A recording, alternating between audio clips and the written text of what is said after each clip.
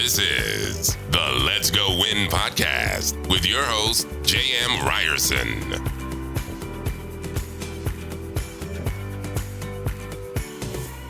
What is happening, you guys? Welcome back to Let's Go Win podcast. We are here for a Tuesday tune-up, and I have a special guest here today. He's going to be with me, and we're talking about a cool subject of growth. This guy is awesome. Jonathan Pritchard is an author, consultant, and keynote speaker with a client list that includes BP, Discovery, United Airlines, and more. His work focuses on the power of influence and applied psychology in sales, negotiations, presentations, and beyond.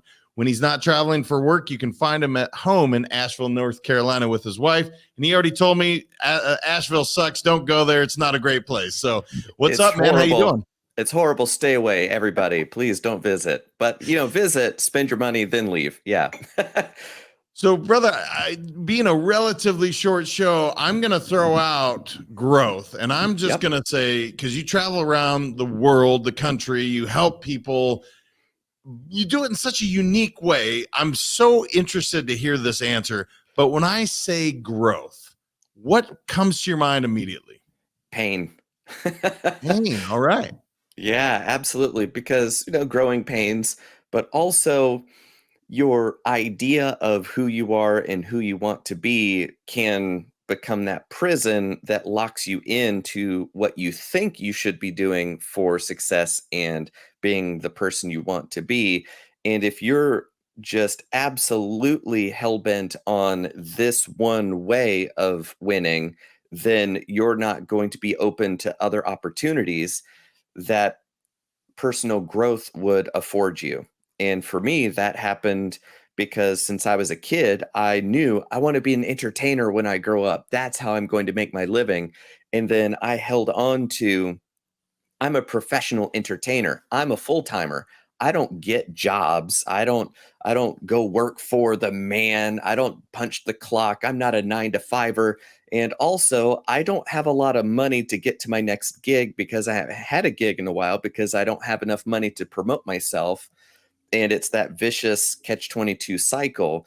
So being locked into the belief about who I am is full-time performer who doesn't do the job thing, that kept me locked in to a very painful experience for years, to the point that my car got repossessed twice. One of those was the day that my girlfriend and I were going to go celebrate her birthday. We walk outside, my car's not there, right? So just being broke and busted, but super clear about who I know I am. When I finally faced the music of, it's my belief holding on to this very narrow definition of who I am, finally started to grow and thinking less about how I could be the rock star center stage as the know-it-all mind reader. Okay, how do we flip that? How do I empower my audience to be awesome? How do I empower them to do incredible things that they don't even understand how they did it? How do I make them the star of the show? And then that transitioned into, well, how do I make companies more successful by sharing the secrets I use on stage to make things work? I realized I wasn't even applying to my own business because it was so me focused. It wasn't, how can I help my audience? How can I help my client? It was, how can I get booked to make more money? And that busted mindset was what kept me poor. So that's how I grew out of it. I just have to ask you, because this is so fascinating, because my favorite thing is talk about growth mindset. I love it. I literally, it's what I ingrain into my kids with a just ferocious vigor. But brother, you are a mind reader, and it's so fascinating. And as you said, human beings are fascinating off air, as you and I were chatting. But where do we create these stories about I'm this, therefore, and we stick our foot in the ground and I'm not going to move come hell or high water? Why did you change other than, okay, my car got repossessed. The girlfriend I was supposed to take out, I was like, okay, this dude's, or maybe it's your wife now. I don't know. But if it is, that's awesome. She's amazing. But Where did you finally say, you know what? I want to do better. What changed that story? What changed that narrative so you can actually go be a performer? You can actually go help so many people as you do today. It was after living the starving artist life for too long. It's great because it gives you a sense of meaning. I've got to struggle for my art. And eventually you realize, maybe you don't need to struggle. Maybe you don't need to be poor to make good work. Maybe having more resources helps me help more people. Oh, okay. So this strategy I've been using isn't really working. And it all starts way, way back when you're a kid. In my book, that's where it begins.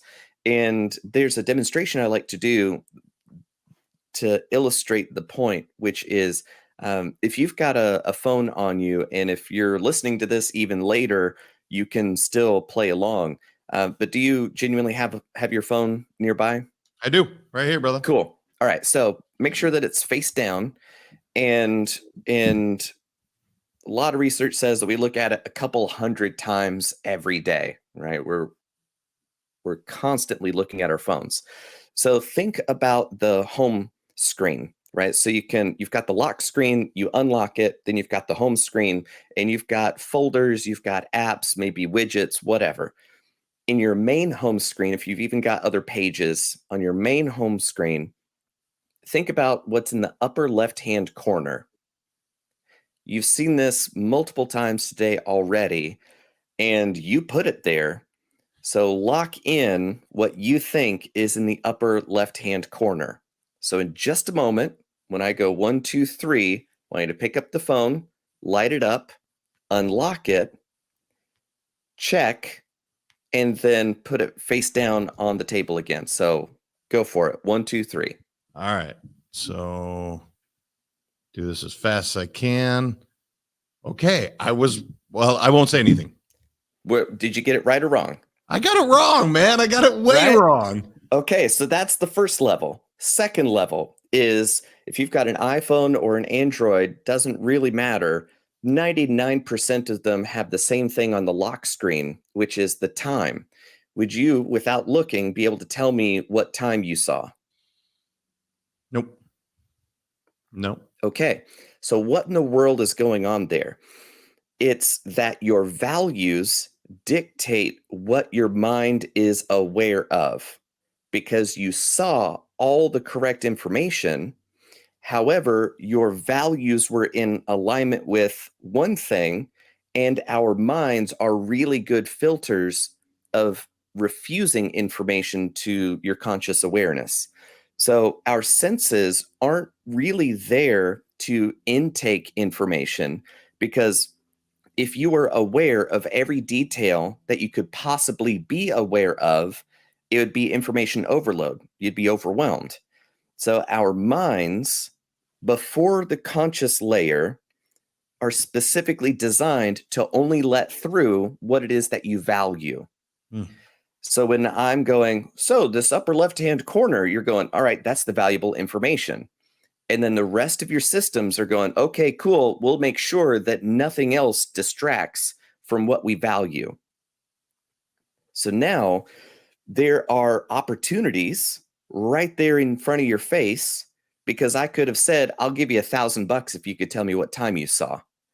And that would be $1,000 worth of information, but it's out of alignment with your values and therefore you don't even see it. So that goes all the way back to your childhood where your experiences teach you how the world works. That instills your values, and then your values dictate what you see in the world moving forward. So the only thing you see are the things that reinforce the belief, and those beliefs reinforce the values that make sure that you only see stuff that further supports those beliefs. So it's a self-perpetuating cycle. And within that context, those beliefs are they're logical and consistent with your experience. So your beliefs totally make sense to you. And through the lens of your own cause and effect, your beliefs create the causes that result in the effects that reinforce your beliefs. Go ahead. It's I'm sorry. I wild, don't man. mean to cut you off. You're opening up a door, man. And I want to walk through it. What's so fascinating, brother, about what just happened, my son, my youngest boy, puts on his home screen. He finds them on TikTok and they are inspirational.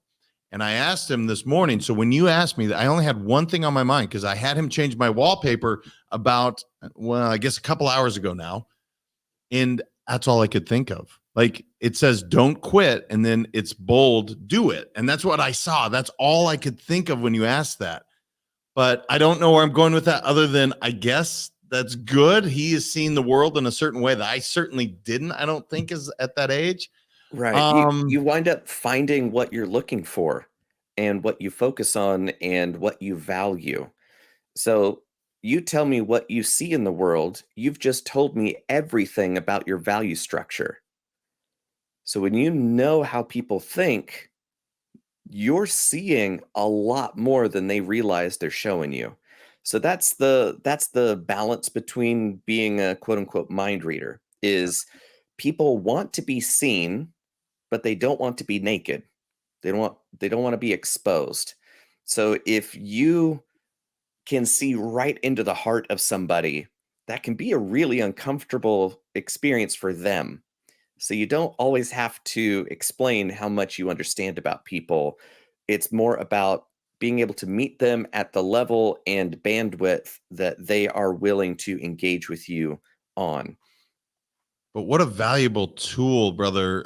If I'm, let's say, a leader, manager, whatever, but leader is the word I'm going to use to know how someone ticks and what they value from an incentive point of view. Holy shit, man. Like there's a winning lottery ticket in terms of performance. Is that correct? Exactly. Exactly. Because it allows you to unlock somebody's motivations instantly. And that helps you in sales, in negotiation, in marketing. How do you communicate to your ideal customer? Well, you've got to know your customer's thoughts better than they do because all they know is I'm uncomfortable. I don't like this anymore. Well, what is this? I don't know. I wish somebody would tell me. So the power to read somebody's mind instantly lets you put it in terms that they'll understand instead of the way that you want to say it.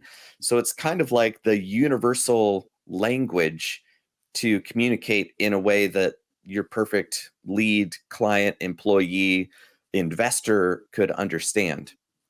That's pretty brilliant. I want to shift gears and I want to go back for a moment to the starving artist that Jonathan was.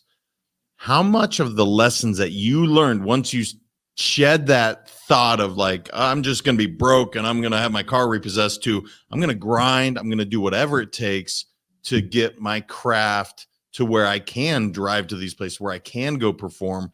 How much of the lessons that you learned by working, whatever those jobs were, as remedial as they may have been, as amazing they made, it doesn't really matter to me. How much of the lessons that you learned from not being a starving artist to actually earning the dollars that you required to go fulfill your purpose in life do you use still today? Absolutely. All day, every day. Because it's the weirdest thing. It's difficult to tickle yourself, right? Like you can't do it because you're too close to the problem, right? So then once I got out of my own head and I had friends that loved me enough to say, "Hey, pull your head out of your ass, man. Like just go get a job." And I got a sales job because hey, it's communication. That's all it is. I'm used to selling my own show, my own services. I just didn't have all that many opportunities to do it. So I went to go sell for a company that invested a lot in having opportunities come their way. So it was great. It was something I knew inside and out. And then I start going, wait a minute. I've been able to close bigger deals than the ones that are coming at a level above where most of the education about sales is. Wait a minute, I understand sales better than most business gurus do. So it's kind of weird that I got into the world where my skills would be most valuable because I had never been in that world in any way, shape, or form before. So it's just kind of me waking up to, oh, I can help companies. I can help businesses be more successful. So it was the job itself and then the learning of, oh, my 20 years experience is ultra valuable to this part of a company. Okay, cool. Let's go. And then that's what opened up the corporate consulting and speaking and training kind of bandwidth for my business. It's fascinating because you would be incredible at sales just because, again, you know what makes somebody tick real fast. That is sales. You're connecting with another human being and saying, let's talk about you instead of me pitching some deal. I can see it, man. How amazing you would be at that. I hope everybody heard that because it's, sometimes as you're getting beat down or you're not succeeding on whatever level you thought success was, it's those lessons along the way that are really teaching you and allowing you to thrive the way you do. Brother, I'll just give you kind of open forum on growth or anything else before we wrap up. It goes fast. I mean, 16 minutes and it's like gone. But anything you want to share before we kind of end and then make sure that they know where to reach you to, brother? A big part of it is that growth feels like dying because your beliefs are entities that live in your mind. And for you to restructure your beliefs, some of those have got to die and it's going to be uncomfortable. So it feels like dying because it is. And those parts that do die aren't you. You aren't the part that dies. So be willing to go through that uncomfortable experience so that the part of you that should grow into the next entity has the room to do it. So that would be my closing comment, I guess. And pretty brilliant. Thank you. I feel seen. Yeah, where can I reach you, man? Because you're a fascinating dude, and you've helped some of the biggest companies in the world. I mean, like I said, for what you teach people, if you're in sales, you want to talk to Jonathan. This is remarkable. Where can they reach you, man? Easiest place is to go to icanreadminds.com. Then that will take you to my portfolio site. Because nobody knows how to spell JonathanPritchard.me. So icanreadminds.com is there. And from there, you can get plugged into my private community where I do share my sales structure that you'll recognize it if you've been in sales, but also there are really important elements that you will have never seen anywhere else because, oh yeah, it's based on my experience. So it's really useful, really powerful, and helps anybody, even if you don't believe I should be in sales, you'd benefit from it. Look, I'm guessing relationships will improve if you're able to do this, like remarkably, because, hey, guys, I'll be the first to raise my hand. Not the most emotionally intelligent human being, not always the most sensitive, but if I know what she wants, if I know what she's looking for, so I can imagine you help a lot of people in a lot of ways, brother.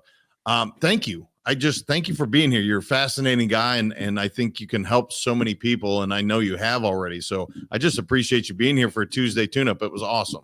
Well, it's an honor to be invited to share my thoughts. I really deeply appreciate it. Truly my pleasure. Guys, icanreadminds.com. Go check them out, and then JonathanPritchard.me. We'll put it in the show notes.